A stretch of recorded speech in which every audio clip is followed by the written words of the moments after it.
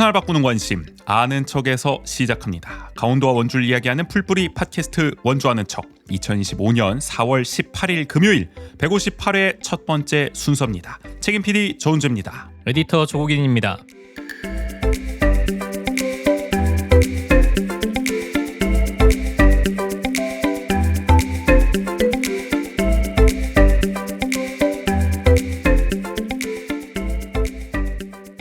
날씨가 정신을 못 차리네요. 이번 주 그야말로 봄, 여름, 가을, 겨울을 한 번에 다 느낀 것 같아요. 일주일 사이에 월요일부터 1년을 목요일까지. 보냈군요. 그러니까요. 월요일에는 거의 눈이 올 정도, 그쵸. 눈이 올 것 같은 느낌으로 우박이 쌀쌀했는데 내렸던 걸로 기억해요. 우박이 크게 내렸죠. 비도 오고 그런데 가면 갈수록 이제 좀 따뜻해져가지고 가을, 봄, 여름 약간 왔다 갔다 하는 그런 스펙트럼을 좀 보여줬던 게 아닌가. 그렇죠. 그리고 또 하루 안에서도 막 한 세 계절은 좋게 느끼는 것 같은 맞아요. 기분도 들고. 진짜 이 기후 위기가 심각하다. 네. 이 지구가 정말 이제 예전 같지 고통스러워하고 있어요. 라는 생각이 들고 지구는 고통스럽지 않죠. 우리가 고통스러워지는 거지. 뭐 그런 얘기도 있지 않겠습니까? 그냥 실감하게 되는 것 같습니다. 가면 맞아요. 갈수록. 그러나 뭐 이번 주 말로 가면 이제 완연한 또 봄 날씨 간다고 하니까 다음 주에는 우리가 익히 아는 그 봄 날씨를 좀 만끽할 수 있지 않을까 싶고요. 걱정했던 게 저희가 이제 벚꽃이 지난 주말이면 다 떨어지지 않겠냐. 날씨가 맞아요. 이래가지고 네. 그랬는데 생각보다 강인합니다. 어우, 우리 민초들의 힘처럼 벚꽃이 아주 단단하게 붙어 있더라고요. 네. 벚나무에.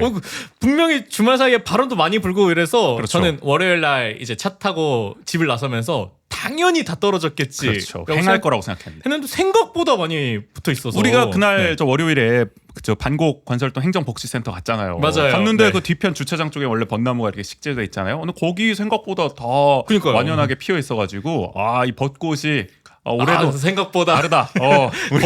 벚꽃도 벚나무도 이 기후위기에 적응을 하는 법을 이제 슬슬 배우는 게 아닌가. 그 나약하던 벚나무조차도 이제는 우리가 점점 면역을 찾고 있네. 조금 더 버텨야 된다. 그렇죠. 일단 이런 게 아니었나. 우리 사회에 뭔가 시사하는 바도 있는 것 같고. 네.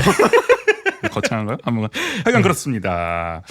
그나저나 또 이번 주 뉴스가 됐던 게 제가 살고 있는 이 반곡동 조금 멀리 있는 저 혁신도시 석탄공사 있는 쪽 인근에서 도로에 균열이 발생을 했단 말이에요. 그래서 이게 막 실시간 속보로 막 SNS 상에 네네. 올라와가지고 막 싱크홀 원주도 발생한 거 아니에요. 요새 전국적으로 참 싱크홀이 문제잖아요. 그쵸. 서울시에서도 싱크홀 관련 이제 지도가 MBC에 이제 보도가 돼가지고 많이들 지금 관심을 갖고 있는 상황인데 또 안타까운 사고도 있었고 그걸로 맞아요. 인해서. 네. 근데 원주에서도 어쨌든 이런 집안 침하 현상이 발생하는 거 아니냐라는 우려가 이제 그 사진이 너무 임팩트가 강해가지고 많이들 갖고 계셨는데 원주시가 이번에 확인해서 보도자를 낸 걸 보니까 싱크홀은 아니다. 일단 결론은 그냥 균열이 생긴 거다. 도로가 좀 갈라진 거다. 최근에 빗물이 유입되기도 했고 앞서 말한 그 기후 변화가 또 급격하게 이루어졌기 때문에 수축 팽창했다고 해요. 그 아스콘이. 그러면서 이제 쩍쩍 좀 갈라진 거지. 그 아래가 뭐 이렇게 침하되고 비고 막 이런 거는 아니다라고 여러분들 안심하십시오. 이런 보도자료를 냈습니다. 근데 빗물이 다행이죠, 그나마. 유입이 됐다는 것 자체가 약간 징조라고도 볼 수 있지 않을까. 어떤 징조? 그러니까 이런 균열로 인해서 그 집안이 더 약해질 수 있을. 네.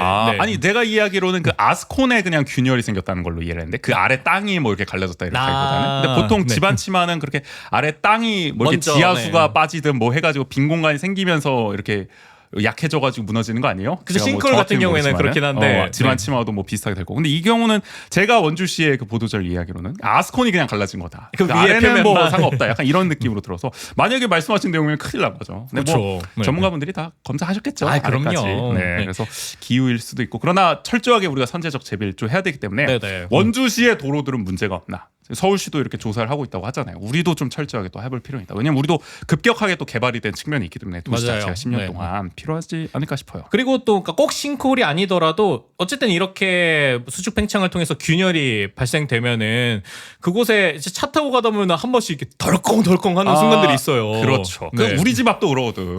우리 집 골목길도 이거 아니 차가 거의 한번 부양 한 1초 정도 맞아요. 공중 부양을 했다가 떨어진다니까. 그 택시 기사분들 가다가 항상 한 마디씩 하세요. 뭐냐. 그거 저도 그래서 요 인근 다닐 때 한두 번 그렇게 겪으니까 바로 서행을 그러니까. 엄청 속도를 줄여야만 하는 그 쇼바가 순간들이 있는데. 약한 차들은 거 쉽지 않습니다. 네. 청룡 쇼바 같은 거 단 차들은 거의 진짜 날아갈 수도 있다. 그쵸. 싶은 생각이 들고요. 네, 그러다 보니까 이제 교통 사고로도 이어질 수 있어서 맞아요. 이게 도로 정비는 항상 좀 유념해서 해야 될 것 같아요. 도로 정비 예산 올해는 충분히 편성했는지 또 따져봐야 되기는 하는데 뭐 제설 제초 다 최근에 또 삭감 기조들이 많았어가지고 맞아요. 걱정이긴 합니다만 하여간 싱크홀은 아니랍니다. 네, 결론 그렇습니다.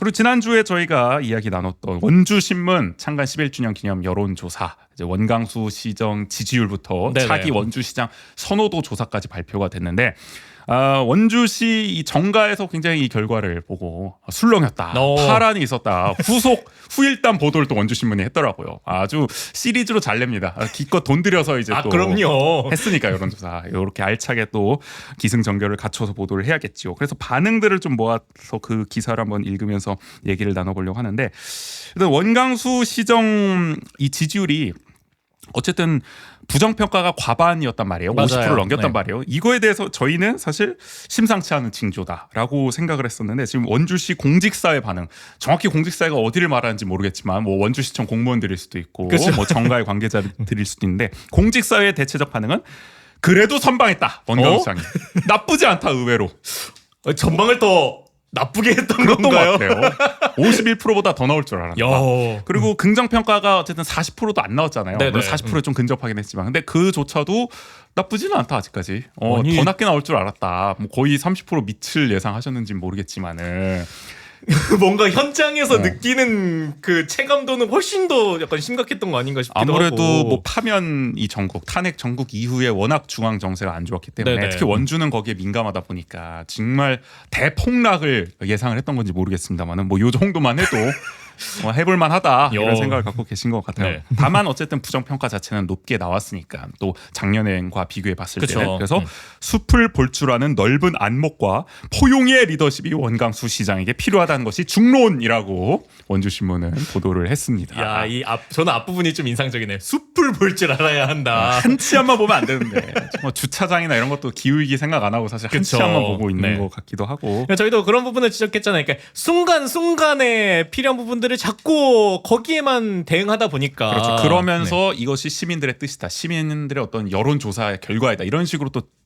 대응하는 맞아요. 경우도 있죠. 네. 당연히 시민들은 당장 뭐 이렇게 되기를 바라는 건데, 그렇다면은 이 시정에 어떻게 보면 리더라면 그래도 장기적 안목으로 시민들을 때로 설득할 때 설득하면서 끌고 가는 면이 있어야 되는 건데, 그저 뭐 약간 포퓰리즘적으로 그쵸. 시민들이 주차장을 막 90% 원하는데 어떡합니까? 지어야지. 약간 이렇게 너무 한참만 바라봤다라는 점을 좀 꼬집은 것 같습니다. 네네. 뭐 포용의 리더십은 말할 것도 없고요. 그런데 국민의힘 내부 반응은 좀 다릅니다. 결이. 저희가 지난번에도 그 시장 하마평 얘기를 하면서 국민의힘은 경선 방침을 벌써부터 세웠다. 현직 맞아요. 시장이 있음에도 네. 불구하고 무조건 경선하겠다. 그러면서 경쟁력이 높은 후보를 결정하는 것이 방침이다라고 밝혔는데, 아니나 다를까 이번에도 반응이 걱정이다, 너무 저평가다라고 이야기를 하고 있다고 해요. 국힘 내부에서는 한마디로 현직임에도 불구하고 그 프리미엄이 기대만큼 나타나고 있지 않다, 맞아요. 견인하고 있지 못하다, 선호도를 그렇게 이제 반응을 전한 건데, 그러니까 국민의힘 안에서는 확실히 좀 부정적인 반응들이 좀 주를 이루고 있는 것 같아요. 그럴 수밖에 없죠. 대해서는. 네. 그러니까 그 전국적 흐름이 계속 나빠져 가고 있는 상황에서 그렇죠. 지역 안에서라도 좀 탄탄한 그 기반이 있어야 이제 재선을 그러니까 다시 정권에 쟁취할 수 있을 것이냐 없을 그렇죠. 것이냐 이런 부분도 중요한 건데. 근데 중앙 정세와 상관없이 원광수 시장은 원래부터 잡음이 많았잖아요. 네네. 시정 자체에 대한 부정평가는 높아져가는 추세인데, 아니나 다를까 중앙 정세까지 이렇게 된 상황에서 실제 선호도 조사 지지율마저도 낮게 나오니까 걱정이다라고 말하는 것 같습니다. 내가 볼 때는 박정아 의원 지지율도 좀 걱정하셔야 되고, 걱정할 분이 좀 많은 것 같은데 네. 국힘 반응은 좀 심란한 것 같고요. 그런데 민주당이라고 기분이 좋냐? 그것도 아닙니다. 민주당은 구자열 후보의 지지율이 어쨌든 원광수 시장보다 오차 범위이긴 하지만 낮게 나왔고, 당 지지율보다도 낮게 나왔단 말이에요. 그런 점이 좀 실망스럽다는 반응을 나타냈다고 합니다. 그래서 오히려 더 분발하라는 메시지로 받아들이겠다라고 하는데, 근데 내가 볼 때는 내심 나쁘지 않다고 생각했을 것 같은데 이 정도면은. 왜냐면은 구자열 후보가 가장 난감한 상황은 그거였을 거예요. 이게 양자 구도로 좁혀지는 게 아니라 다자 구도처럼 잡히는 거예요. 예를 들어 민주당의 제2, 제3의 후보가 정말 뭐 5% 넘게, 이상, 뭐 7%, 10% 이렇게 나오면은 당장 당내 경선에 발등에 불 떨어지는 거잖아요. 그쵸. 이거 큰일 났다는데, 이번 여론조사를 통해서 확실하게 원구의 이 양강 구도가 딱 드러나 버렸잖아요. 나머지 후보들은 거의 뭐 존재감이 미미하게 돼버린 거잖아요. 어떻게 네네. 보면은. 그래서 내가 볼 때는 일단 기분은 좋지만 표정 관리하는 거 아닌가. 그럼요. 좀 더 나왔으면은 뭐 더 좋았겠지만 요 정도도 괜찮다, 더 분발하겠다, 요 정도로 저는 받아들입니다, 이 반응을. 어쨌든 지난번 이제 선거 때도 여론조사가 상당히 앞서 있던 그 경험이 있기 때문에 그때 최대한 얼마까지 올랐었죠? 제 기억으로 한 기억하시기로? 15% 넘게 15%요? 차이가 그 났던 정도야? 것 같아요. 그래요? 근데 그러다 보니까 이 결과에 대해서 너무 속단하지 말자. 아. 그러니까 그런 또 약간 생각들이 있지 않았을까. 겸손하게 좀 가야 된다. 네네. 최근에 그리고 이 민주당 원주 쪽에서 설레발을 친 경우가 너무 많았어요. 여론조사만 보고. 뭐 지난 총선도 그렇고 네네. 약간 좀 그런 게 있었어가지고 이제는 정말 끝까지 끝날 때까지 끝난 게 아니다라는 좀 자세를 갖고 있는 게 아닌가 싶고요. 이런 가운데 양강 구도가 확실하게 드러나니까 이제 나머지 후보들이 좀 의외라는 반응을 보이고 있다고 하더라고요. 이렇게까지 낮게 나올 줄 몰랐다. 뭐 정가의 반응이 대체적으로 그런가 봐요. 그래도 나름 뭐 경쟁력 있는 후보들이라고 생각을 했는데 거의 뭐 5%에도 다 미치지를 못했으니까. 그쵸. 네. 그래서 전략 수정이 불가피하다라는 뭐 분석을 내놓기도 했습니다. 근데 국힘이 지금 사실 큰일이죠. 국힘은 예를 들어 원광수 시장이 지금 부정평가가 높게 나왔으니까 본선에서 이기려면 후보 교체도 또는 치열한 경선 이런 걸 염두에 둬야 되는 건데 지금 국힘 나머지 후보들 지금 하마평 조사에 오르는 사람들 보면 다 2%대란 네. 말이에요.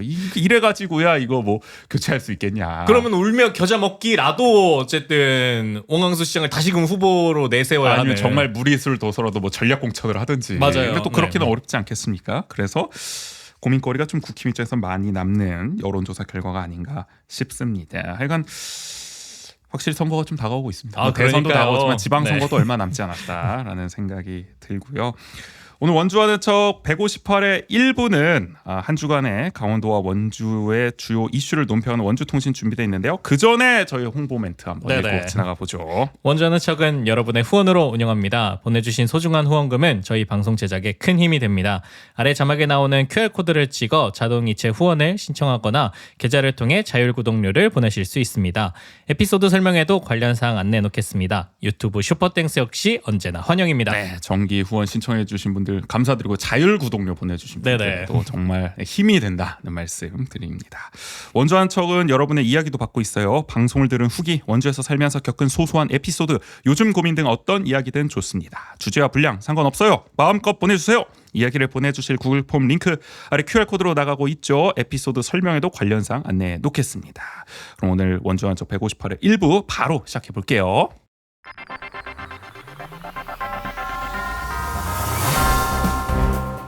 한 주간 원주의 중요한 뉴스를 논평합니다. 원주통신.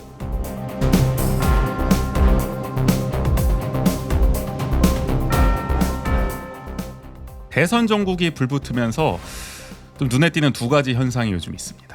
하나는 전국에 있는 시도지사들이 기다렸다는 듯이 출마 선언을 합니다. 너도 나도.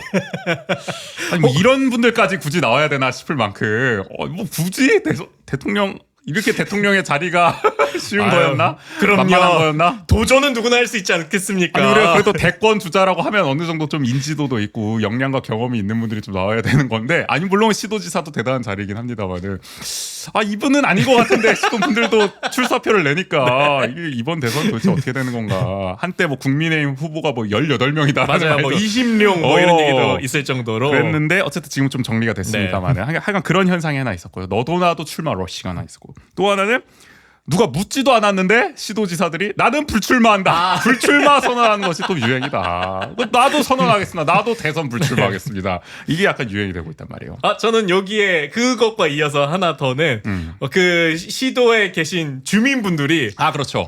우리 도지사님, 제발 우리 시장님, 나가시라. 우리 군수님 우리 지난주에 얘기했잖아요. 네. 그 오세훈 제발 나가라 사퇴하고.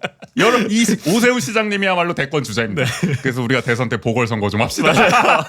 근데 불출마하니까 너무 실망하시더라고요. 네, 그런 민의가 또 발견되기도 하는 그런 재밌는 현상이 보이기도 현상들이 이제 하죠. 나타나고 있는데 하여간 뭐 대선이 확실히 좀 다가오고 있다. 맞아요. 이제 본격적으로 네. 시작했다. 뭐 이제 뭐 50일도 채 남지 않았으니까 그쵸? 거의 50일 네. 정도 이제 남은 상황이니까 이번 달 안에 경선 끝마치고 다음 달에 이제 본선 후보들끼리 이제 유세하고 토론하고 이런 자리가 이제 펼쳐지지 않겠습니까?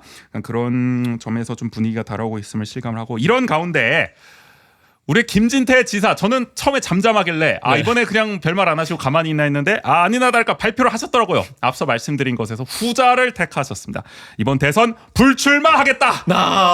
누가 물어봤나요 근데? 우리 지사님 지사님. 대권 주자 아니십니까? 낄낄빠빠 시전하셨습니다. 네. 낄낄빠빠. 네, 그래서 도정에 집중하겠다라는 입장을 밝히셨는데 이런 얘기를 했어요. 나가지 말라는 얘기도 있고 해서 저는 강원도를 지키겠다. 우리 당 대선 주자들이 잘해주길 바란다라고 말을 했는데 주변에서 뭐 얘기는 나눠 봤나 봐요. 오. 나 이번에 대선 어떡할까? 뭐 나가볼까? 그래도 경선을 한번 해봐. 나 그래도 특별 도지사인데. 아 그럼요. 나름 성과가 뭐 아무튼 성과도 있고. 그런데 그리고 또 경선에 대한 경험도 있다 그렇죠. 보니까 옛날에 한번 나왔어요. 네. 그때도 탄핵 정국 이후 아니었나? 맞아요. 2017년에 홍준표 뭐 이렇게 나왔을 그쵸. 때 네. 붙었던 경험이 있으니까 이번에도 난가 증후군에 시대의 부름이. 시대의 뻔했으나 그러나 그래도 비교적 주변 측근들이 조언을 좀 잘 해줬는지 그 도정에 집중하겠다는 뜻을 밝혔습니다. 나가시지. 아깝다. 그러니까요. 김지사야말로 이제 대권 주자. 아유 그만한 인물이 없는데. 기왕한 거 도지사까지 보궐선거했으면. 네, 약간 그렇습니다. 그래서 도정을 챙기는 것도 쉽지 않다. 그래서 지역 주요 현안을 대선 공약에 반영하는 데 집중하겠다고 밝혔습니다. 그래서 강원 대선 공약 추진단을 이번에 구성을 했어요. 보도자료를 뿌렸는데 추진단 단장은 여중협 행정부지사가 맡습니다. 그리고 총괄 상황실장, 보통 이런 자리가 실세인데 상황실장에는 이희열 기획조정실장을 앉혔는데 공교롭게도 단장과 상황실장이 다 원주 출신이네요. 여중협 부지사와 이희열 기획조정실장. 그래서 뭐 원주의 힘이 좀 강해질란가? 이따가 원주의 현안들이 이따가 우리가 원주 홀대론도 한번 다뤄보려고 하는데 일단 모양새는 그렇고요. 이 추진단 안에는 18개 시군 담당자, 강원연구원, 외부 전문가들이 참여한다고 합니다. 25명 내외로 구성을 했는데 크게는 이런 거를 반영하게 하려고 노력한다고 해요. 강원특별법 일단 현안이죠. 네네. 그리고 7대 미래산업, 뭐 반도체, 바이오헬스, 미래차, 수소 등등등. 그리고 교통망 이런 사회 간접 자본 확충 이렇게 해서 7개 분야 23개 과제를 내놓는다고 하는데 특히 강원특별법 3차 개정안 중 특례를 대선 공약에 반영하는 게 핵심입니다. 이것을 다 추려가지고 각 정당에 공식 제안할 예정이라고 하더라고요. 지금 약간 춘천 강원도청은 모든 공무원들이 요거 짜내느라고 좀 바쁘지 않을까 싶어요. 네네. 대선 정부에 와서 어차피 대선이라서 사업들도 안 해. 지금 다 중단 상태야. 그쵸.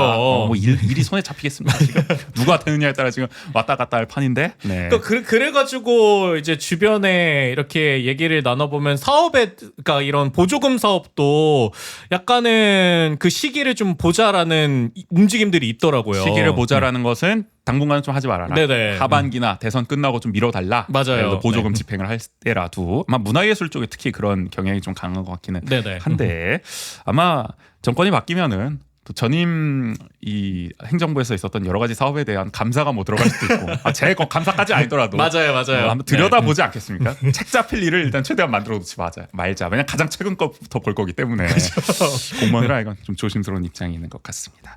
원주에서 지금 반영할 만한 거는 역시 뭐 반도체 클러스터 관련 내용들, 뭐 특례 이런 게 반영이 되느냐. 그리고 원주 철원 철도 신설 이게 우리가 말했던 춘천 원주선이죠. 그 열차 춘천까지 네. 연결하는데 최종 목표는 이제 철원까지 달리는 겁니다. 그리고 2차 공공기관 이전 원주도 노리고 있는데 근데 지금 강원도 정부에서 내놓은 걸 보면은 약간 한국은행을 춘천으로 옮기는 걸 가장 좀 역점적으로 지금 보고 있는 것 역시. 같은데 춘천 중심으로 네. 돌아가는 게 아닌가 좀 걱정되기는 합니다. 근데 이런 가운데 또 이번에 뉴스 나온 게 뭐냐면은 강원특별법 3차 개정안 이게 중앙부처가 동의를 해주냐가 관건이었잖아요. 근데 그쵸. 40개 특례 중에서 15개가 제동이 걸렸어요. 지금 신중 검토 의견을 중앙부처에서 밝혔다고 합니다. 뭐 예상한 결과입니다. 지난번 2차 개정안 때도 줄줄이 지금 안 맞아요. 된다고 네. 반응을 보였잖아요. 크게 보면은 도의회 자율성 확보, 뭐 국유재산 처분, 대외 관련 시설 양역 특례, 뭐 강원과학기술원 설립, 뭐 외국인 초등학교 유학 비자 발급 특례, 교육자치조직권, 뭐 글로벌 교육도시 지정 및 국제학교 설립, 뭐 해역 이용 협의 권한 이양, 댐 주변 지역 지원 큰일 났다 이거 다 읽기 시작했어. 오염 총량 관리제 지역 개발 부활형 협의 권한 이양 바이오 헬스 산업 육성 안전 상비 의약품 판매자 등록 기준 완화 신재생 에너지 자원의 공공 활용 수소 산업 육성 및 지원 석탄 경석 자원화해서 안 된다. 신중 검토해야 된다. 풀어주면 안 된다. 뭐 이런 의견을 냈다고 합니다. 근데 이제 그 말씀해주신 내용이 대부분 좀 이 특례 중에서도 핵심 사업들이 다 제동이 걸린 것 같아요. 그렇죠. 그래서 네. 잘못하면 이번에도 알맹이가 빠진 특별법이 통과되는 것이 아니냐라는 우려가 커지는 거고 게다가 만약에 대선 이후에 정권이 바뀌면 이 우리 도정과는 코드가 좀 다른데 이 특별법이 원활하게 통과될 것인가? 우리 강원도에는 특히 민주당 쪽 국회의원은 또 좀 적은 편 아니겠습니까? 그쵸. 네. 그리고 그렇게 중앙에서 힘이 여기까지. 네. 그렇기 때문에 걱정은 된다고 합니다. 강원도 정가에서는 그렇게 바라보고 있는 거고요. 그러나 또 우리 입장에서 봤을 때는 우리는 또 특별법의 무분별한 또 규제 완화를 걱정했던 입장으로서는 신중 검토가 또 필요하다는 생각이 그쵸? 듭니다. 이렇게 네. 빨리 푼다고 될 일이 아닙니다. 이것도 충분히 시간을 들여서 공론화 과정을 거쳐서 결정을 해야 할 일이다라는 생각이 들어요. 그러니까 이 특례 관련해서는 우리가 정권 바뀐 뒤로도 어떻게 중앙부처에서 결정을 내리는지 끝까지 좀 봐야 할 것 같고요. 대선 얘기 좀 더 나눠보면은 대선 전국이 본격화한 상황입니다. 경선 지금 한창 벌이고 있는데 민주당 후보는 이번 달 27일에 결정이 됩니다. 얼마 안 남았어요. 당장 한 열흘도 안 그러게요. 남았습니다. 네. 여기는 뭐 거의 결과가 뻔해서 그런지 모르겠지만 자, 국민의힘 같은 경우는 5월 3일에 결정됩니다. 다음 달 3일. 그리고 개혁신당 후보는 이미 이준석 전 대표로 이제 결정이 났죠. 맞아요. 이분은 네. 뭐 파면 되기도 전에 선출을 했던 걸로 아니, 그래서 뭐 기억을 저기 TK나 이런 쪽에서 이미 다니고 있다고 뭐 인터뷰가 아무래도 나더라고요. 뭐 네. 지금으로서는 선거 유세를 남들보다 빨리 하는 게 다른 정당보다 빨리 네네. 하는 게 더 우위를 점할 수 있는 길이니까 그런 것 같고 진보당은 19일에 후보를 정한다고 합니다. 바로 내일이네요. 바로 내일 정하고 그리고 사회 대전환 연대 회의라고 있습니다. 이 각종 진보 정당 그리고 뭐 시민 사회 단체 뭐 노동조합 이제 모여가지고 삶에서 진보 좌파 후보를 이번에 단일적으로 한번 내보자라고 네네. 해서 만든 조직인데 이 사회대전환 연대회의 후보는 30일에 결정을 한다고 합니다. 참고로 이 사회대전환 연대회의 후보로는 한상균 전 민주노총위원장 네네. 그리고 권영국 정의당 대표가 나왔는데 이 권영국 대표가 그 태백 출신입니다. 참고로. 그래서 강원도 대통령 지역 언론에서 좀 써주더라고요. 태백 출신 권영국 대표 대선 경선 참여 이래가지고 네, 참고할 만한 지점입니다. 그래서 한창 지금 정당들에서 선거인단을 또 뽑고 있잖아요. 네네. 국민 참여 경선을 하는 데에서는 그래서 여러분들도 관심 있는 조직이나 정당이 있으면은 참여하셔서 대선 후보 선출 또 함께 하시면은 우리 민주 시민으로서 또 맞아요. 네. 뿌듯한 일이 되지 않을까 싶습니다. 후보에서부터 내 손으로. 그렇죠, 네. 그렇죠. 자 그리고 우리 그 강원도 국회의원들은 지금 그러면 어느 후보 캠프로 지금 가고 있느냐도 좀 관심이기는 하더라고요. 줄을 어디 서고 있느냐 아니면 또 누구를 지원하고 있느냐. 네네. 이것도 좀 잠깐 정리를 해보면은 먼저 민주당 살펴볼게요. 원주 의뢰 송기현 의원. 이분은 근데 개파색이 옅어요. 어디 개다 뭐 이런 말들이 잘 안 나오는 그쵸? 분이죠. 네. 근데 이번에 대체로 좀 이재명 후보 쪽을 좀 지원하는 모양새라고 합니다. 언론 보도를 보면 오. 아무래도 뭐 대세이기 때문에 근데 거의 대부분의 국회의원이 다 이재명 후보를 지원하고 있어서 이거는 뭐 의미는 없어요. 사실은 오히려 아닌 사람을 그렇죠. 찾는 오히려 게. 김경수, 김동연 후보를 지원하는 국회의원이 저분은 정말 소신이 있네 이런 느낌이죠. 그래서 뭐 오할 정도는 아니다. 당연한 좀 행보라고 보여지고요. 근데 이게 당연한 행보인데 그동안의 송기현 의원의 그 이전의 그 행보를 보면은 네. 뚜렷하게 이재명 대표를 막 엄청 지지하거나 이런 모습들은 그렇게 저는 막 드러나진 않았던 것 같아서 오히려 이제 반대 쪽 의견들이 네. 민주당 강성 지지층에서는 맞아요. 조금 의심을 하는 눈초리도 보내지 않았겠습니까? 그쵸. 그런 상황에서 어쨌든 이제는 이재명 후보를 좀 지원하는 모양서 뭐 어차피 유력하니까 지금은. 그리고 춘천, 철원, 화천, 양구, 갑의 허영 국회의원, 허영 의원도 개파색이 좀 옅은 편이죠. 네네. 그래서 이재명 후보를 좀 지원하는 쪽으로 어쨌든 모이는 모양새라고 합니다. 뜻이. 그리고 이분은 현직은 아닙니다만은 또 강원도에서 빼놓을 수 없는 민주당 정치인 이광재 전 지사 뭐 분당에 가 계셔도 계속 언급이 됩니다. 이 강원도 언론에서는. 오랜만이에요. 우리 네. 이광재 의원. 이광재 전 지사도 사실은 대권 주자로 항상 꼽혀왔었잖아요. 그쵸. 이번에는 네. 불출마 선언을 했고 그러면서 특정 후보는 지지하지 않겠다라는 뜻 오. 중립 선언을 했습니다. 아직까지는 뭐 나타나지 않고 있어요. 근데 아마 뭐 최종 후보가 선출되면 그때부터 이제 본선에서는 좀 돕는 행보를 보이겠죠. 네네. 또 아마 뭐 강원도 유세할 때도 함께 할 수도 있지 그럼요. 않을까. 당연히 와야죠. 네. 안 오면 오히려 뉴스가 나올 겁니다. 이광재는 어디로 이러겠죠. 네. 국민의힘 넘어가 보죠. 원주 갑의 박정화 의원 역시 한동훈 후보를 지지했습니다. 한동훈 그쵸. 후보 출마 네. 기자회견 자리에도 함께 해가지고 또 자리를 지키고 있더라고요. 근데 최근에 지지율이 어쨌든 많이 떨어졌던 게 이도저도 아닌 행보 한동훈과 마찬가지. 이게 맞아요. 뭐 탄핵에 네. 찬성한다고 하는 것 같더니 뭐 나중에는 뭐 반대하는 것 같고 파면을 또 반대하는 걸 찬성하는데 한동훈이 아이가 아리까리 했잖아요. 네. 그 가운데서 어쨌든 박정화 의원도 좀 영향을 받은 거죠. 그 아예 한동훈 의견 후보의 표명을 행보를. 안 하는 그렇죠. 그런 모습들이 나타났으니까. 그렇게 하니까 오히려 더 의문스러운. 도대체 무슨 생각을 하고 있는 거야? 약간 그러니까요. 이래서 원주 갑의 지지율도 좀 떨어진 게 아닌가 싶기는 한데 하여간 한동훈 지지 의사를 이번에 뜻을 밝혔습니다. 분명하게. 이어서 춘천, 철원, 화천, 양구 을의 한기호 의원은 누구를 공식적으로 지지하겠다 발표하지는 않았지만은 나경원 후보의 출정식에 참석하는 오. 모습을 보였습니다. 그리고 강릉의 권성동 의원은 당 대표이기 때문에 일단은 중립을 지키고 있고요. 동해 태백 삼척 정선의 이철규 의원은 홍준표 후보의 출정식에 참석을 했습니다. 그래서 대체로 친윤 반탄 후보군을 지원하고 있다. 본인 스스로가 어쨌든 탄핵이라든지 파면 전국에서 친윤적인 행보를 여과 없이 보여줬잖아요. 그쵸. 그렇기 때문에 탄핵에 반대를 하고 윤석열과 친한 측근들을 좀 돕는 역할을 두루두루 하고 있다. 색깔이 분명하십니다. 네네.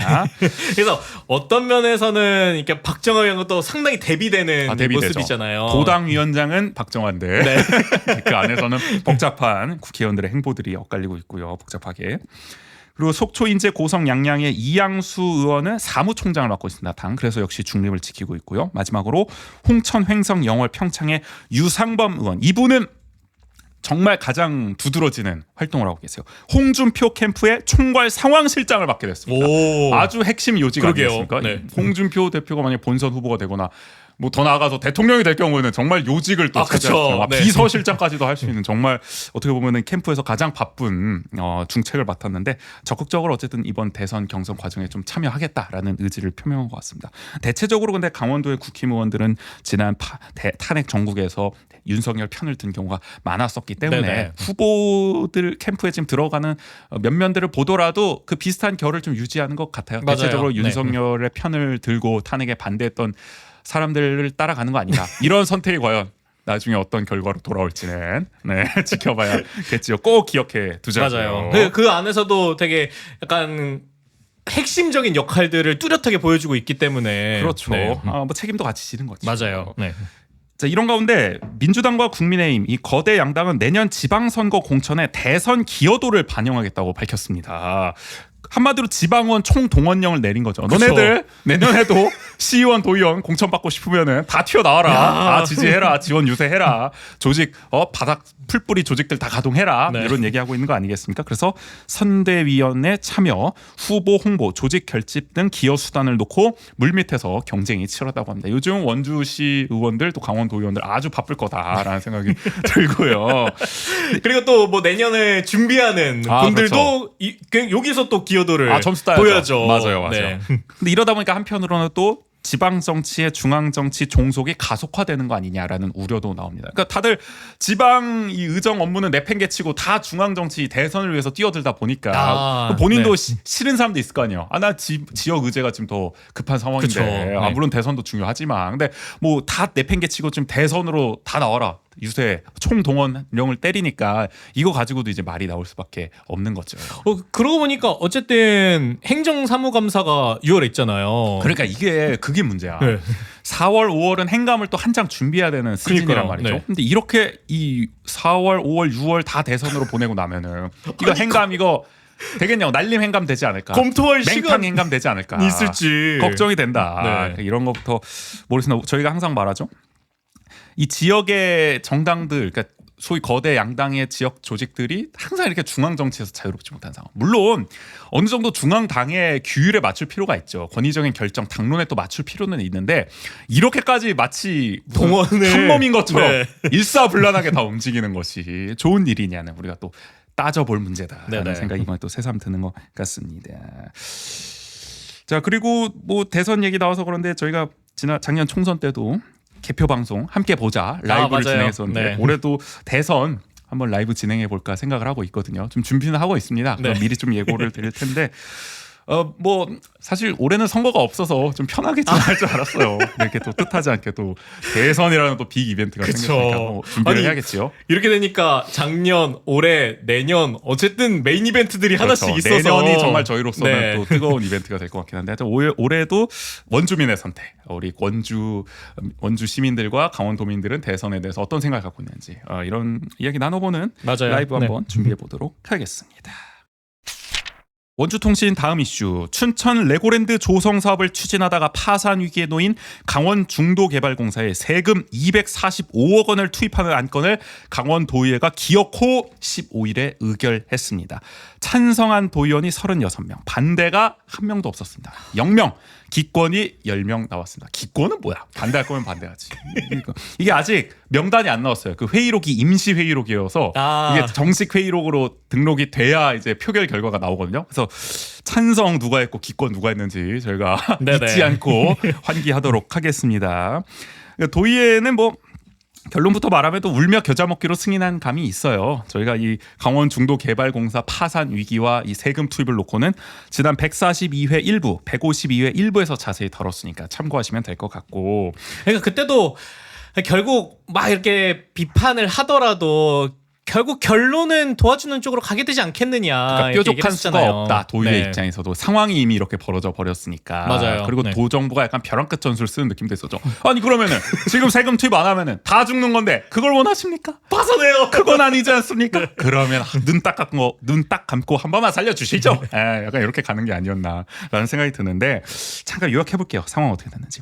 강원 중도개발공사 중계공은 레고랜드 하중도 사업 실패로 채무가 지금 3,850억 원에 달합니다. 그래서 만약에 빚을 못 갚아서 파산을 하면은 4천억 원 이상 손실이 예상돼요. 왜냐면 하중도 땅들도 다 지금 담보로 잡혔는데 그쵸. 그거 다 넘어가 버리는 거니까.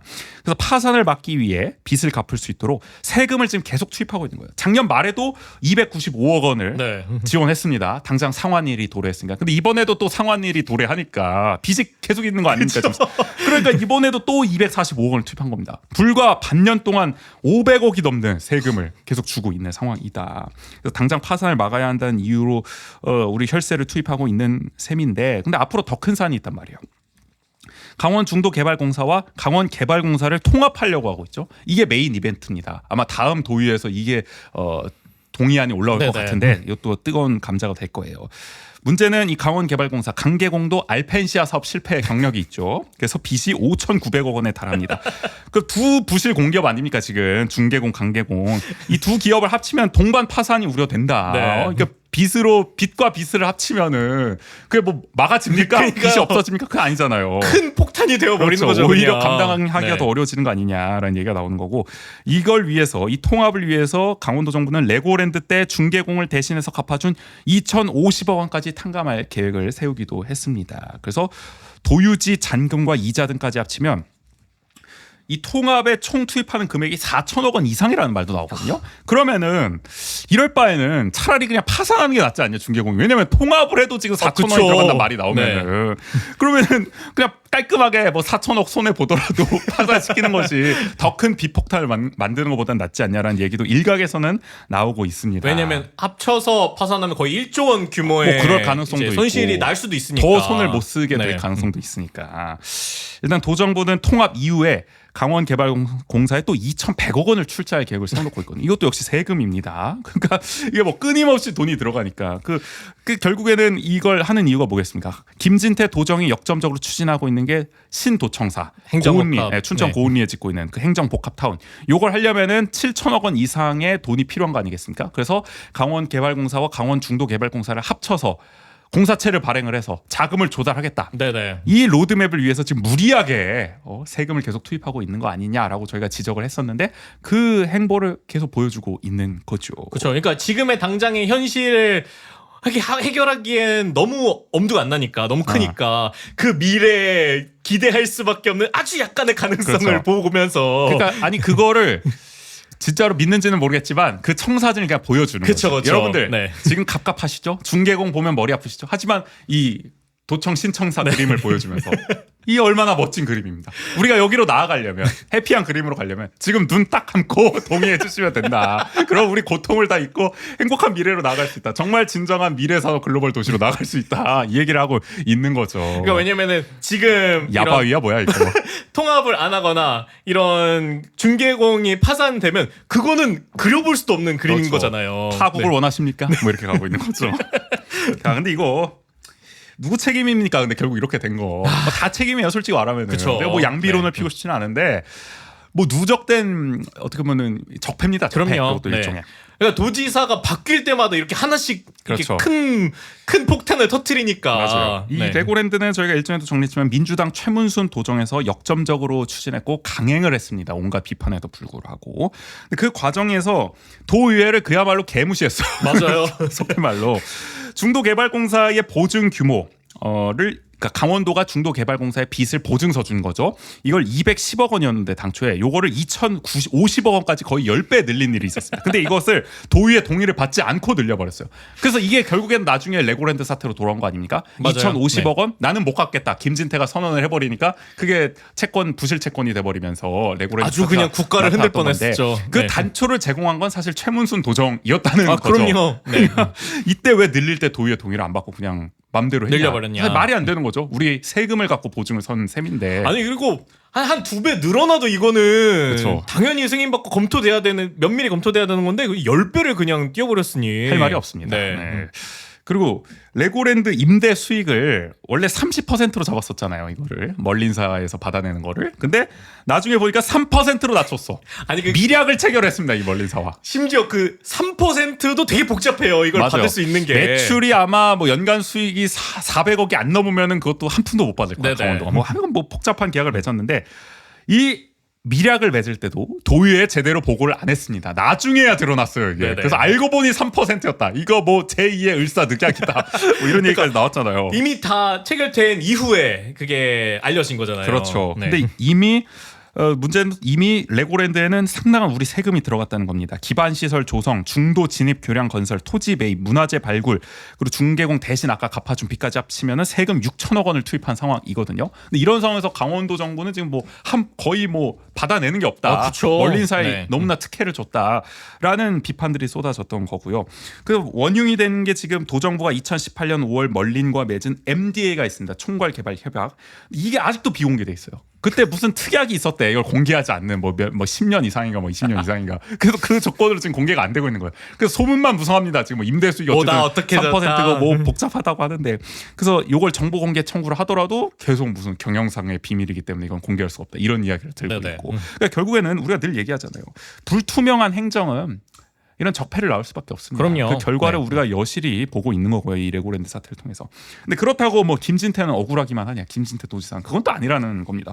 국민의힘 김진태 도정은 맨날 지금 전임 도정 탓하고 있어요. 이 레고랜드 괜히 최문순이 해가지고 민주당이 해가지고 내가 고생하고 있다라고 하는데 사실 김진태 도정이 처음 집권했을 때 중도개발공사에 대해서 회생 계획을 제대로 세웠더라면은 맞아요. 여기까지 안 네. 왔어요. 뭐 빚 먹는 하마가 되지는 않았다는 겁니다. 중개공이. 근데 그 당시에 그런 로드맵을 세울 기회가 있었음에도 불구하고 취임한 지 얼마 되지 않아서 그냥 디폴트 선언을 해버렸잖아요. 모르겠어. 나는 못 갚는데 이거 내가 만든 빚이냐? 약간 이렇게 된 거 아닙니까? 그 레고랜드 사태가 터지니까 그때 가서 부랴부랴 일시불로 빚 대신 갚아주고 네네. 이러면서 꼬여버렸단 말이에요. 회생 계획을 세울 수가 없게 돼버렸단 말이에요. 그쵸. 그 일단 잘못을 하나 저질렀고 그 이후로 계속 벌어지는 상황마다 그래서 임기응변으로 대응할 수밖에 없습니다. 지금 부랴부랴. 그러니까 단기적 처방밖에 못 내리는 거잖아요. 그렇죠. 네. 아마 일부러 이러고 있는 것 같아. 아니면 모르지만은 아니 왜냐면은 그때 왜 안 세우고 지금 와서 이렇게 하고 있는지 나는 이해가 안 되더라고요. 그렇죠. 네. 그리고 레고랜드 뭐 본인은 반대했습니까? 김진태? 국회의원 시절에 누구보다도 이 레고랜드를 앞장서 추진하기를 역설했던 게 김진태 의원이란 말이에요. 그 당시에. 근데 후보 시절에는 계속 반대해왔던 것처럼 말씀을 하시던데요. 그러니까 나는 찬성했지만 이런 식으로 하라고 하지 않았다. 약간 이런 느낌인 것 같은데 모르겠습니다. 그러니까 본인도 책임이 있어요. 이 무리한 레고랜드 계획을 밀어붙인 데 있어서 이런 얘기까지 했습니다. 레고랜드가 지원되면은 최문순 지사 사퇴를 요구하겠다. 2018년에 이런 발언을 했었거든요.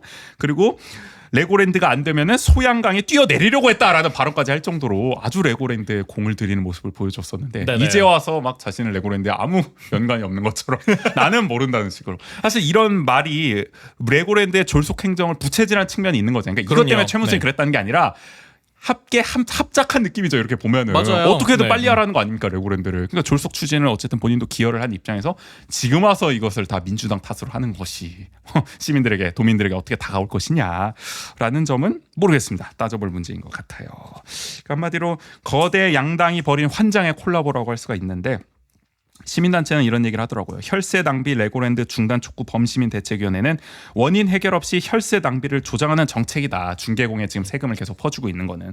그러면서 김진태 지사와 이번에 안건에 찬성한 도의원을 업무상 배임 등 혐의로 고발할 예정이라고 밝혔습니다. 자칫하면 37명을 무더기 네네. 고발하는 일이 생길 수도 있는데 하여간 요거는 계속 이슈가 될 겁니다. 지금 강원도 정가에서는 그쵸. 계속 현안이 네. 될 수밖에 없고 다음 달에 또 중개공 강개공 이거 통합 통합. 안건 올라오고 오면은 또 저희가 아마 그거 다루게 될 텐데 뭐 승인해 주겠죠. 아, 어떻게 뭐 출자까지 해줬는데 뭐 어떡하겠습니까?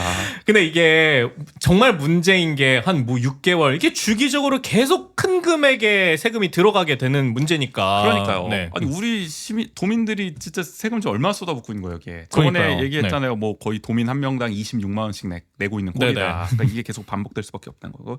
그러니까 우리가 계속 잘 살펴봐야 합니다. 맨날 지방선거마다 도지사들이 이 휘황찬란한 개발 로드맵들. 공약들을 내놓는데 그 결과가 이렇게 되는 경우가 많다는 거예요. 뭐 김진선 지사 때는 알펜시아가 있었고 최문순 때는 레고랜드 있었고 지금 김진태는 행정복합타운이 아마 될 네네. 가능성이 큰데 요거를 정말 우리가 잘 살펴보고 따져보고 선택을 해야 한다. 그리고 계속해서 감시 견제를 해야 한다. 그럼요. 그리고 책임도 분명히 물어야 한다. 다시 한번 강조를 합니다. 원주통신 마지막 이슈. 요즘 다시 고개를 드는 게 이른바 원주 홀대론입니다. 한마디로 원주가 강원도에서는 세금을 가장 많이 내고 있는데 돌아오는 게 없다. 아. 춘천, 강릉 좋은 일만 해주고 있다. 우리가 세금 내가지고. 이런 얘기가 지금 계속 돌고 있어요. 원주투데이가 7일자로 관련 내용을 보도했는데 제목이 이렇습니다. 세금은 1등, 혜택은 찬밥, 원주 홀대, 불만 팽배.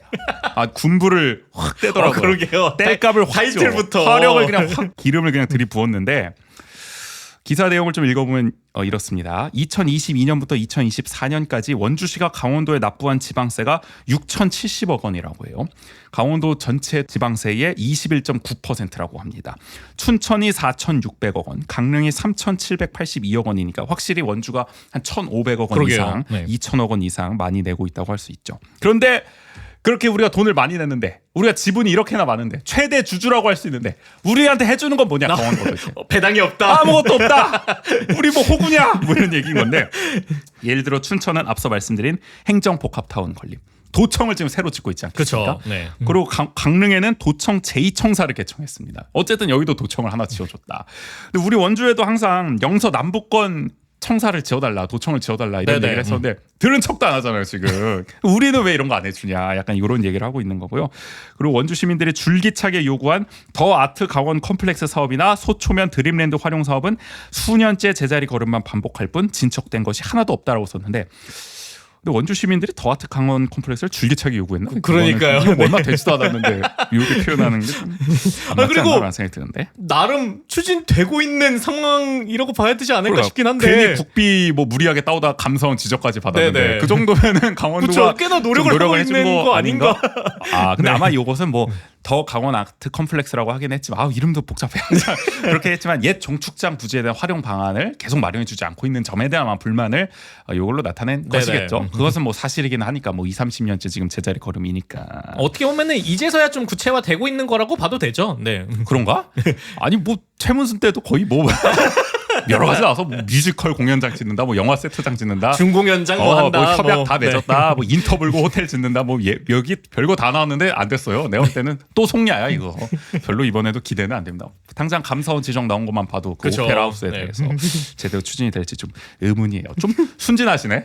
이번에 될 것 같다고 좀 생각하시는 거야? 저는 그래도 난 좀 이게 부정적이야. 제가 최근에 봐서 그런가. 그러니까 내가 볼 때 그냥 잔디광장 하는 게 나을 것 같아. 어차피 이렇게 그냥 그렇게라도. 내비 둘 거면은 그렇게라도 개방을 해주는 게 그런 의견들도 많이 나오고 네. 있잖아요. 저희도 일전에 얘기를 했지만. 그리고 오히려 도정부는 원주에 뭘 해주지는 못할 망정 원주를 이용해 먹고 있다고도 지적을 합니다. 강원도의 부채를 해소하는 수단으로 원주를 활용하고 있다는 건데 이 강원개발공사와 강원중도개발공사 통합 아까 말씀드렸잖아요. 네네. 이 통합을 추진하는 과정에서 도정부는 원주의 도유지 옛 드림랜드 땅 있잖아요. 최근에 영화 세트장 짓는다고 하는 이 드림랜드 땅을 강원개발공사로 출자해줬어요. 아. 거기 자산으로 편입시켰습니다. 왜냐하면 강원개발공사의 부채 비율이 너무 높기 때문에 그 부채 비율을 낮춰서 재무 건전성을 확보하고 공사채를 발행할 수 있도록 하기 위해서 땅을 내준 거죠. 네네. 재산으로. 근데 이거 원주에 있는 도유지잖아요. 어쨌든 원주 그쵸. 시민들은 그 드림랜드 땅을 어떻게든 활용하자고 하고 있는데 도에서 그걸 활용할 방안을 내놓지는 못할 망정 저기 강계공 살리자고 그걸 땅을 절로 줘버리고 있으니까 그걸 바라보는 이 드림랜드 땅에 사는 소초면 주민들과 이게 원주 시민들의 마음은 어떻겠느냐라고 그럼요. 지적을 한 거죠. 그러니까 그때에 따라서는 그렇게 편입 출자해준 그 결정으로 인해서 개발이 더 지연되거나 할 수도 있잖아요. 아니 지금 뭐 지연될 것도 없죠. 지금 된 적도 추진된 없었는데. 것도 없긴 한데. 아니 그래서 네. 지금 뭐 옛 드림랜드 땅을 쓰고 싶어 하잖아요. 뭐 파크 골프장 최근엔 짓겠다고 맞아요. 원주시에서 하고 네. 있는데 그러려면은 강원개발공사가 지금 연간 임대료 5억 원 내라고 하고 있잖아요. 그래서 원주시는 야 아니 우리 지역에 있는 도유지 쓰겠다는데 그냥 무상 안 되냐? 그걸 굳이 5억 원을 내야 되냐 하는데 강원개발공사 야 우리 돈 없어서 이거 받아갔는데 우리 벼룩의 간을 빼먹지 우리한테 돈을 받아 무상으로 쓰려 그러냐 하면서 이제 5억 원 최소한 줘야 된다 하고 있어서 이거에도 원주 시민들은 불만이 많은 거죠. 네네. 그러니까 이런 제가 말씀드리는 게 그런 이제 활용에 있어서 그런 식의 이제 제약들이 그러니까. 생긴다. 그 제약은 근데 원래부터 있었기 때문에. 근데 강계공에 가면서 더 심해졌다라고 네네. 볼 수가 있는 거고요. 그래서 지역 인사들의 불만이 기사에 줄줄이 실리고 있습니다. 왜 원주는 항상 뒷전인가? 지역 균형 발전이 필요하다 이런 얘기인데 전찬성 강원도의원 민주당이죠. 이분 반곡 관설동이 지역구인데 행정 복합타운을 비롯한 대규모 강원도 사업이 춘천에 집중되고 있다. 정책적으로 강원도 전체를 아우르기보다는 특정 도시를 중심으로 움직이고 있는 것이 문제다라고 했는데 뭐 아마 춘천을 좀 겨냥한 발언이 그쵸. 아닌가 싶고요. 네. 이문환 원주시 번영회장은 원주는 기업 유치와 산업 기반 확충을 위한 도 차원의 지원이 절실한 상황이라면서 그럼에도 정책에선 왜 늘 뒷전인지 모르겠다고 했습니다. 그리고 또 다른 원주시 인사는 춘천 강릉에 하는 것 발끝만큼만 원주에다 하면 지역이 성장하고 강원도 인구도 더 늘릴 수 있다. 그런 개념으로 정책을 추진해야 하는데 도에서 원주를 중요하게 여기지 않는 듯해 안타깝다라고 이제 썼는데 발끝만큼이라도 해라. 뭐 네. 거의 안 하고 있다 뭐 이렇게 보시는 것 같은데 이 원주투데이 기사에는 이례적으로 댓글 8개가 달리면서 좀 공감하는 목소리들을 나타내고 있더라고요. 도세 납부 거부 선언이라도 하라 원주시가 뭐 이런 얘기까지 나오고 있습니다. 불복종 운동을 해야 한다 뭐 그런 얘기도 하고 있는데 원래 원주투데이에 그렇게 댓글이 많이 안 달리잖아요. 맞아요. 보통 네. 근데 여기 이 댓글은 어디 좌표가 찍혔는지 아니면 관심사가 많았는지 불구하고 군부를 잘 뗀 거죠 원주투데이가. 그래서 댓글이 좀 달렸습니다. 근데 여기까지 읽었을 때 저는 근본적으로 그런 생각이 들어요. 이 원주가 진짜 홀대받고 있나? 이렇게까지 얘기할 정도로? 그러니까 이해는 돼.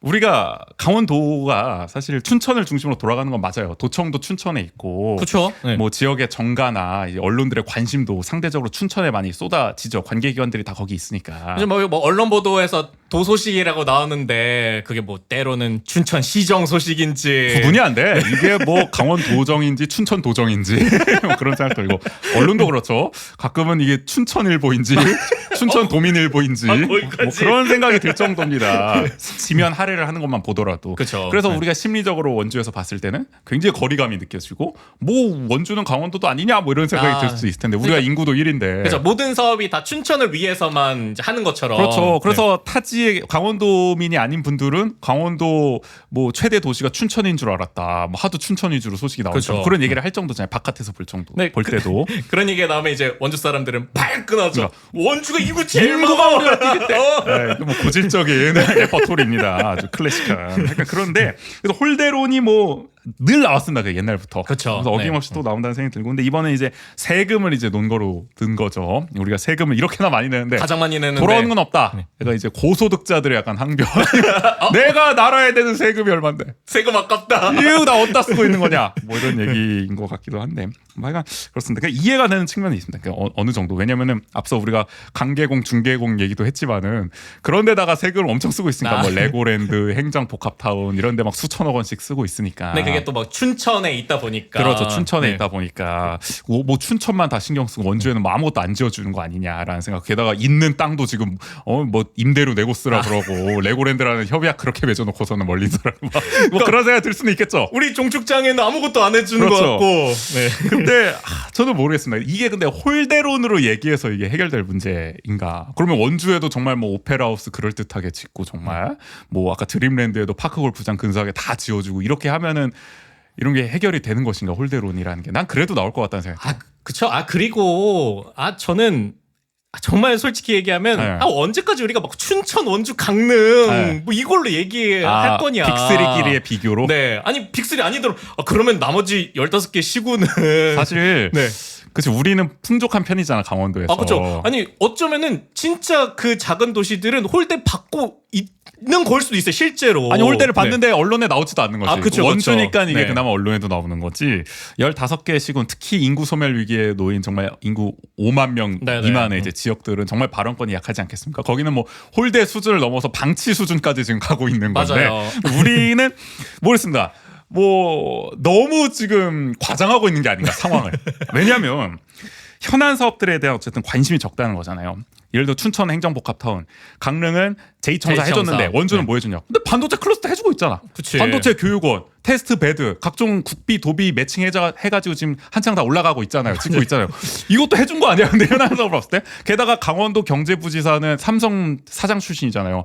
반도체에 어쨌든 역점을 두겠다는 의지 표명을 인사를 통해서도 한 거고 또 원주 출신의 행정부지사와 기획조정실장도 들어갔고 지역 커터도 그렇게 배려했다. 선택을 해서 다 진용까지 꾸려놓은 상황이잖아요. 그리고 도지사님도 자주 오시고. 난 이렇게 도지사가 원주에 자주 오는 것도 왜냐면 시시콜콜한 행사까지도 오더라고요. 은근히. 맞아요. 네. 그러니까 오히려 춘천시 행사엔 잘 안 간다는 소문이 있어 도지사가. 그래서 불만이 있다는 얘기도 들려오고. 어쨌든 원광수 시장과 좀 친한 면모를 김진태 지사도 보여주고 있는데, 그러니까 사실 이번 도정 들어서 그렇게까지 이제 홀대를 느끼는 것이 있을까? 그러니까 이 기사에서도 반도체는 쏙 빼놨잖아요. 그러니까 당연히 안 해주는 사업도 있겠죠. 뭐 그쵸, 이제 그쵸. 드림랜드 뭐 중축창 부지는 워낙 고질적 문제니까 이거는 뭐 과거 최문순 뭐 김진선 도정 다 마찬가지였을 텐데. 그러니까 이게 우리의 원하는 만큼 잘 안 되니까 그 답답함이 그렇죠. 이렇게 표출되는 것 같아요. 그렇게 궁극적으로는. 따지면은 뭐 혁신도시, 기업도시 다 원주가 가져가는데 춘천, 강릉, 홀대론 그때도 나왔잖아요. 그러니까 그쵸. 내가 볼 때 이거는 네. 끊임없는 싸움이다.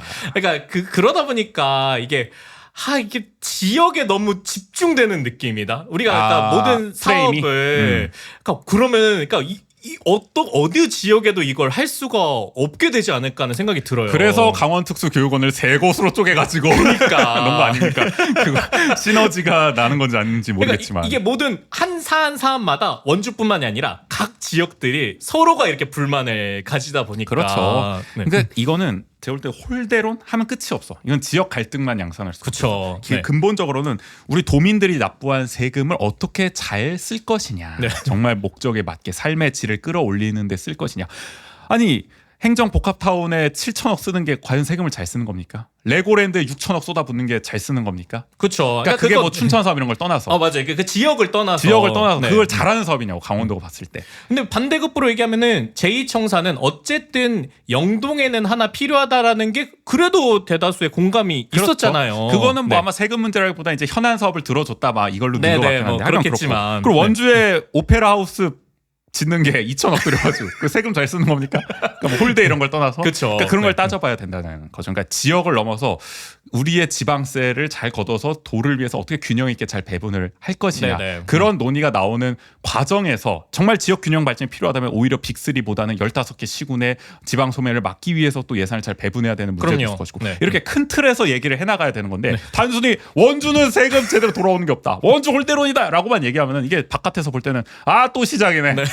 이 지역 이기주의로밖에 안 보이지 않겠냐. 그러니까 프레임을 좀 잘 전환을 해야 된다. 그러니까 라는 생각이 들어요. 그러니까 저는 그런 인식이 강원도뿐만 아니라 다른 지역에 막 있으니까 그래서 도청을 그런 큰 지역이 아니라 작은 지역에 일부러 뭐 위치시키는. 우리가 홍천에 갖다 놓자 이런 얘기도 했었잖아요. 그쵸. 저번에. 중앙에 갖다 놓자. 근데 그냥. 그러면은 모두가 불만족스러운 상황이 이게 맞는 그 방침이냐 이런 것도 고민해볼 필요도 있다는 거죠. 그러니까 우리가 도청 위치 가지고도 맨날 싸우기도 하고 네. 그랬었는데 하여간 끝이 없는 싸움입니다. 이렇게 가지고 싸우면. 네네. 그러니까 이게 장기적 안목을 가지고 좀 더 우리 첫 번째 소식에서 봤던 숲을 좀 아니, 오프닝 때 얘기했죠. 오프닝 때. 오프닝 때. 그쵸. 저기 네. 숲을 볼 줄 아는 넓은 안목이 필요하다. 포용의 리더십이 필요하다. 근데 그 전제는 도가 세금을 잘 쓴다는 게. 그럼요. 지금처럼 낭비하는 상황에서는 우리가 넓은 안목으로 보기가 참 어렵죠. 그쵸. 다만 우리가 이 홀대론을 제기하기보다는 우리 도민의 세금을 어쨌든 어떻게 잘 쓸 것인가로 돌파를 해나가야 된다. 그쵸, 그런 그리고- 가운데서 균형 발전을 추진해야 된다. 네, 그 사업이 시행되는 꼭 지역에 너무 우리가 집중할 필요는 없지 않을까. 그러니까 이건 해줘밖에 안 되는. 맞아요. 네. 늘 강조를 하는 지점입니다. 그리고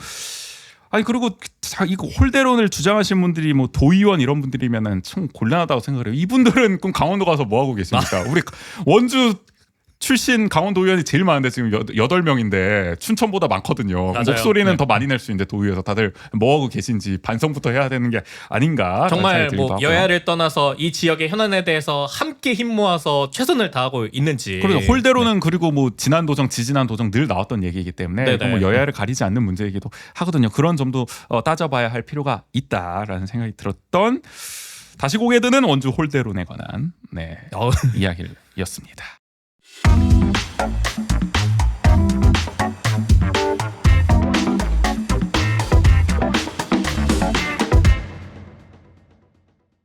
내일은 저희 민주주의와 사회 대개혁에 관한 이야기 해보도록 하겠습니다. 마침 4.19 혁명 65주년입니다. 날짜가 딱 맞았네요. 네. 내란부터 파면까지 120일 넘게 원주에서 윤석열 퇴진 운동을 실무적으로 이끈 활동가 두 분을 모시고 소회와 과제를 이야기해 보려고 하는데요. 오랜만에 출연하십니다. 최은지 아카데미의 친구들 대표 그리고 이재경 민주노총 원주지역지부 사무차장과 이야기 나눠보겠습니다. 내란 수계 퇴진 이후 사회 대격은 어디로 어떻게 가야 하는가? 대선 전국에서 좀 고민해 볼 지점을 이야기해 볼 수 있지 않을까 싶어요. 자, 저희 원주 아는 척 어디서 들을 수 있죠? 네, 원주 아는 척은 유튜브, 스포티파이, 팟빵, 네이버 오디오 클립, 애플 팟캐스트에서 감상할 수 있습니다. 취향과 여건에 맞는 플랫폼에서 들으시고요. 매일매일 강원도와 원주 이야기를 올리는 인스타그램, 페이스북 계정도 운영 중입니다. 지역이 어떻게 돌아가고 있는지 궁금하시다면 팔로우 부탁드릴게요. 그러면 저희 158회 1부 여기서 마무리하겠습니다. 지금까지 진행의 정재, 조국인이었습니다. 모두 안녕.